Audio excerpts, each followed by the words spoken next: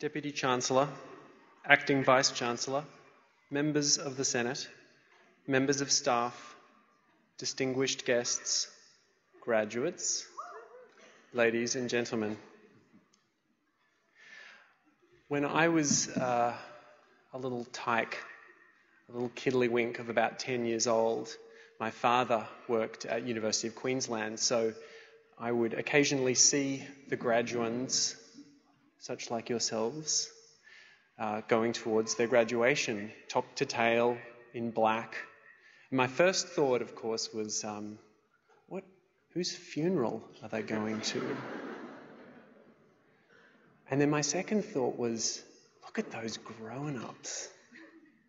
I remember thinking quite clearly what it would be like for me to be that old. I thought, look at them. I bet they have a job, a house, a wife, season tickets to the Broncos, which was very important to me at that age. You fast forward 10 years, and then I'm sitting where you sit now. Once I'd paid my library fines. And I thought back to that 10-year-old Tim, and I thought, am I a grown-up yet? And I didn't have any of the trappings, the kid or the job or the wife or the season tickets to the Broncos. But more concerning to me was I didn't really know who I was. I felt like I was being propelled out into the world as a kid.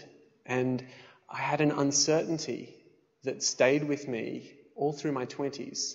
And I mean, as Professor Ricks said, I had a driving passion for the flute and for music, but I had no idea what I was doing. I had no idea where I was going. I was seeking always through my 20s. I went to America for a couple of years, a trip that in retrospect felt more like a hallucination than an actual experience. And when I came back, I was told by two of my heroes that maybe you're not cut out for the flute. I did some wonderful work for JB Hi-Fi, where I apparently made the signs too neat because they weren't garish and loud enough. I worked for Australia Post for a little while, wearing very tight little pants and a glow-in-the-dark shirt. I even did a desk job for an orchestra, my first ever full-time job. And at every point I thought, oh, now I'm supposed to feel like a grown-up. Now I kept expecting to have something shift in me, to feel different, to have a greater sense of myself. But it never really came. And then 8 years ago, I got a call from the other side of the world, and I was never expecting that I would ever end up back in America again. I really thought that was a part of my life that was this strange dream. And I flew across the ocean, and I did an audition for this group, 8th Blackbird. Part of the audition process, very important to know, a dirty joke. The only, I think, job application perhaps known to mankind that includes a dirty joke as part of the proceedings. And so I was successful, and I spent it was a very good dirty joke. I can tell you the title, Benny the Boil Sucker. The rest can go unsaid. So now I had this job, and I had all of the trappings suddenly. I had this job that was incredibly satisfying in an amazing city. My heroes were now my colleagues. I was performing in halls like at Carnegie Hall and Kennedy Center, and it just felt like part of my regular everyday thing. And yet there was always still in the back of my mind this sense that, well, I'm not yet really grown up. But as I've gotten older, I feel more strongly now than ever that it doesn't really matter. I asked myself the question that I had as a 21-year-old, am I a grown-up yet? And I surprised myself by answering, I just don't care.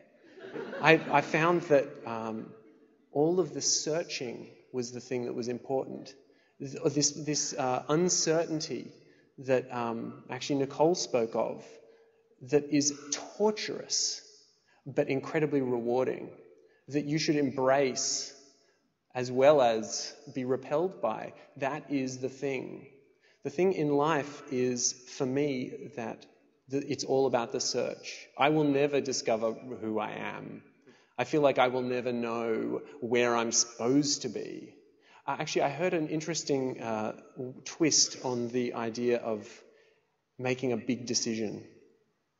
That if you really can't decide between those two things, then it doesn't matter which decision you make, because they're both in many ways good decisions. And I think that actually that's sort of the way that I feel much more in my life now. I don't want to be presumptuous and be a sort of grumpy uncle and say, you should do this, graduands, you should do that. But I will address the 21-year-old me, just for a moment, if you will indulge me. It's going to be okay. All of that nervousness and uncertainty that you feel, accept it. It's all of the good stuff and the bad stuff of life. Thank you very much.